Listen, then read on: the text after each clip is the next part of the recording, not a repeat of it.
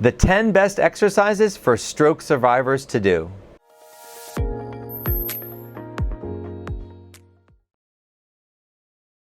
Hi, my name is Doug. I've been a physical therapist for 30 years. I specialize in balance problems and helping people learn to walk again. In this video, I'm going to show you the 10 best exercises for anyone who's had a stroke to help them recover. With both hands on the countertop, you want to shift your weight over one leg, lifting the other leg off the ground, and then try to let go of the countertop, balancing for as long as you can. So you want to do the right leg and then shift over to the left leg. And you keep repeating it. The goal of this exercise is to do it for 20 seconds on each leg 3 times in a row. So that means standing on the right leg for 20 seconds, repeating that 3 times without holding the countertop, and then do it on the left leg 3 times for 20 seconds without holding the countertop. In the beginning, you're going to be holding the countertop quite a bit. In fact, most people when they do this exercise find that they can only stand for 1 second, maybe not even a full second, before they have to grab back on. Don't let that discourage you. Most people have trouble with this exercise. The reason they have trouble is because they're not fully shifting their weight over the leg they're standing on. If you find that you can't do this for even 1 second, I'm almost positive it's because you're not shifting your weight. So what you want to do is grab the countertop with both hands and fully shift your weight over one leg. You should feel balanced when you do this. When you fully shift, you're going to get to a place where you feel that it's a little bit easier to stand there. That's when you want to let go of the countertop and try to maintain that position. With one hand on the countertop, you're simply going to walk backwards. This just means walking like you normally do forward, 1 foot in front of the other, but you're only going to be moving backwards. You should only go 2 to 3 steps because you don't want to get away from your countertop. After you go 2 to 3 steps, you're going to turn around and walk in the other direction 2 to 3 steps with your hand on the countertop. Now the goal of this exercise is to walk 2 to 3 steps in both directions, repeating that 3 times without holding the countertop. But in the beginning, you're going to find that you're going to have to grab the countertop every so often. In fact, the first few times you do this, you may be holding the countertop the entire time. Over time, your balance will get better and you can let go of the countertop more and more.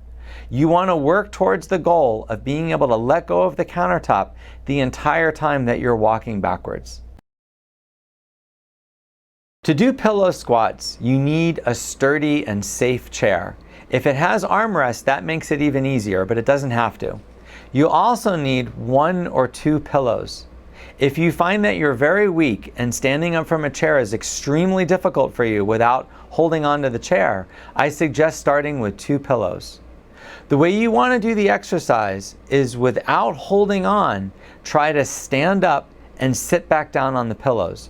You don't want to do this too quickly, and you don't want to bounce when you come down. So you want to stand up and then sit down gently on the pillows.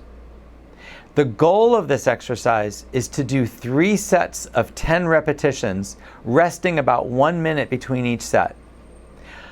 A lot of people are not going to be able to do this exercise without pushing with their hands, and that's fine.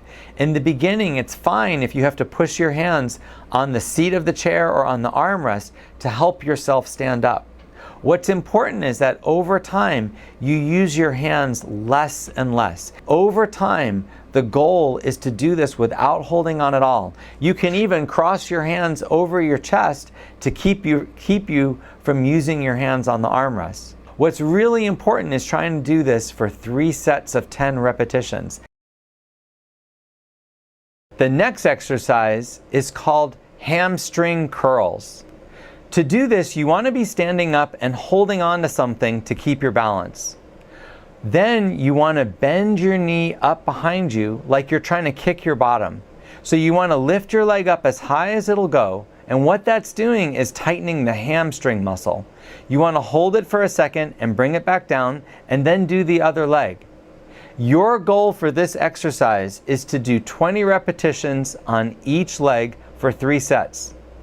But in the beginning, you might only be able to do 5 or 6 repetitions for 3 sets. You want to slowly build yourself up over time. Don't feel bad if you can't do 3 sets of 20 in the beginning. That's your goal.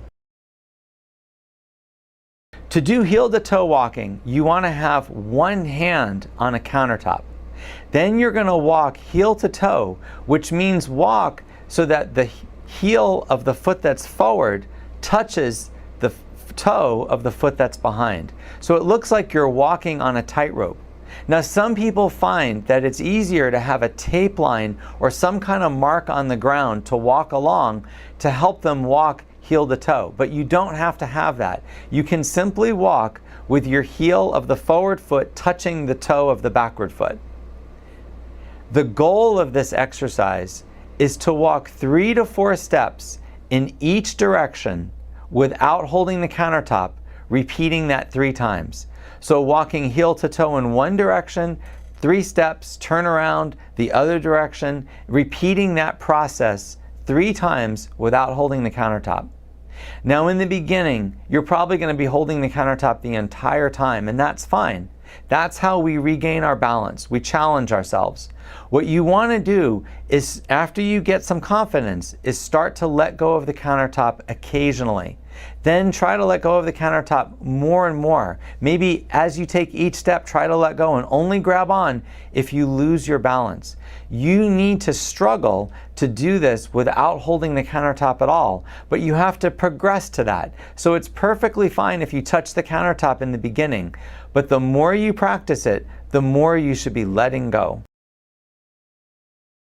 The second exercise is called step overs. To do a step over, you need something to step over. You can use a towel, you can use a line on the ground, or even an object. You want to have something nearby to hold on to, like the back of a chair, the countertop, a kitchen sink. And what you want to do is simply step over with both feet in one direction and then step back in the other direction. So you're going to go to the right with both feet and then to the left with both feet. You do need to leave yourself room for your foot to hit the ground. So if your right leg is coming over, you have to bring it far enough over that there's room for your left leg and vice versa. The goal for this exercise is to be able to do it 3 times in each direction without holding the countertop. But in the beginning, it's perfectly fine to hold the countertop the entire time. As you get better at this, you can let go more and more until you reach the goal of being able to do it 3 times in each direction without holding on.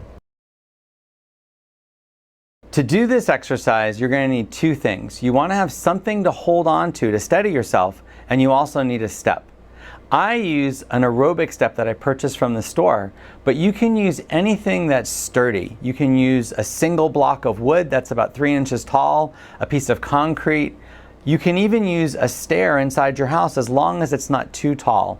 I would recommend that your step be at least 3 inches, but at the maximum it should be 6 inches tall. Now to do this exercise, you want to grab onto something to hold on to and then step up on your right leg, bringing your left leg up on the step as well. Then you want to step backwards with the right leg till you're back on the ground. You want to repeat that 10 times on each leg. The goal of this exercise is to step onto the right leg 10 times and then to the left leg 10 times without holding the rail. But in the beginning, you're definitely going to be holding the rail and you might not even be doing 10 steps. It's perfectly okay just to do 1 or 2 steps in the beginning if it's really fatiguing. You can also use the rail to steady yourself and even help yourself get up onto the step. This is a great exercise that will improve your strength and your balance. So don't feel bad if you have to hold on for the first few times that you do the exercise. What's important is that you work towards letting go completely. What we want is for you to be able to walk up on top of a step without holding anything. Just have your hand nearby the rail just in case you lose your balance. The last exercise is called weight shift. To do a weight shift, you need something sturdy next to you. You can use a countertop, a bar, even the kitchen sink, something sturdy to hold on to. And what you want to do is put all your weight on one leg, bringing your other leg off the ground, and then put all your weight on the other leg, bringing the opposite leg off the ground. It kind of looks like you're dancing. You're going to sway to the right, sway to the left. It's very difficult to get your foot off the ground when you do it, so you might need to hang on to the countertop the first few times you practice it. But this is an exercise that doesn't really work unless you're letting go of the countertop. So go as slow as you want, but you want to be able to let go of the countertop and bring one foot off the ground as you put all your weight on the other leg. This exercise helps you learn how to shift your weight. Most people who have trouble standing on one leg can't do it because they're not willing to shift their weight. So this is a great way of practicing weight shift without risking a fall. You want to have the countertop next to you the whole time, but try not to hold it. The goal is to do this 3 times in each direction. So 3 times to the right and 3 times to the left. To do tapping on a step safely, you're going to need 2 things. One is you need something to tap. It could be a piece of tape on the floor, or it could be an aerobic step or anything that is easy for you to tap. The other thing is you're going to need 1 or 2 things to hold on to. You can use the back of 2 chairs. You can use a countertop in a chair. I recommend having something on your right and your left when you do this exercise. Now, to do the exercise, you want to tap your foot forward onto the object, just tapping your foot. So tap your right foot, then tap your left foot. You're not putting any pressure on the thing you're tapping onto. So you're just standing, lifting one leg off the ground, bringing it forward, tapping it, then putting that foot down and going onto the other leg. So you're going to go right leg tap, left leg tap, right leg tap, left leg tap. The goal of this exercise is to do it 20 times on each leg without holding on. But in the beginning, you're going to need to hold on. You might find that you're losing your balance the entire time. That's okay. Hold on if you need to the first few times that you do it. But what you want to try to do is let go when you're doing the tap. This exercise is not really beneficial if you're holding on the whole time because you're not going to shift your weight. The purpose of these exercises is to teach you to shift your weight over the leg you're standing on. That's going to help your walking and improve your balance. So you want to be letting go while you're shifting to the right and tapping your left foot, letting go while you're shifting to the left and tapping your right foot. But it's okay if occasionally you grab onto the chairs to steady yourself. You don't want to fall while you're doing this exercise. You want to keep practicing this every day until you can get good enough to reach your goal.